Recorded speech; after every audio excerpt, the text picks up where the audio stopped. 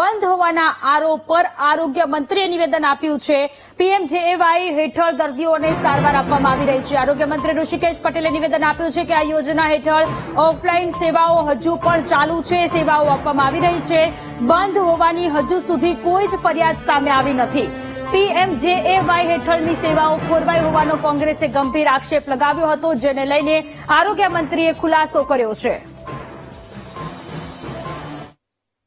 Offline સુવિધાઓ ચાલુ જ હતી। કોઈ પણ દર્દીને ક્યાંય ફિઝિકલ આ સર્વર ડાઉનના કારણે થોડો સમય જે ક્ષતિ સર્જાઈ એ દરમિયાન પણ સેવાઓમાં ક્યાંય નાની મોટી વિલંબિતતા ન થાય એનું સરકારે પૂરતી કાળજી રાખી છે।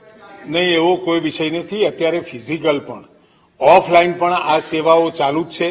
ક્યાંય એવો કિસ્સો કે એવી કોઈ ફરિયાદ અમારા ધ્યાનમાં પણ આવી નથી અને મૂકવામાં પણ નથી આવી। અત્યારે માનો કે મા કાર્ડ ન હોય તો કોઈને વિલંબિત કર્યા સિવાય તાત્કાલિક એની સારવાર આપવાનું ચાલુ જ છે અને કાર્ડ ન હોય તો પણ આપણે આ સેવાઓ અવિરત ચાલુ રાખી।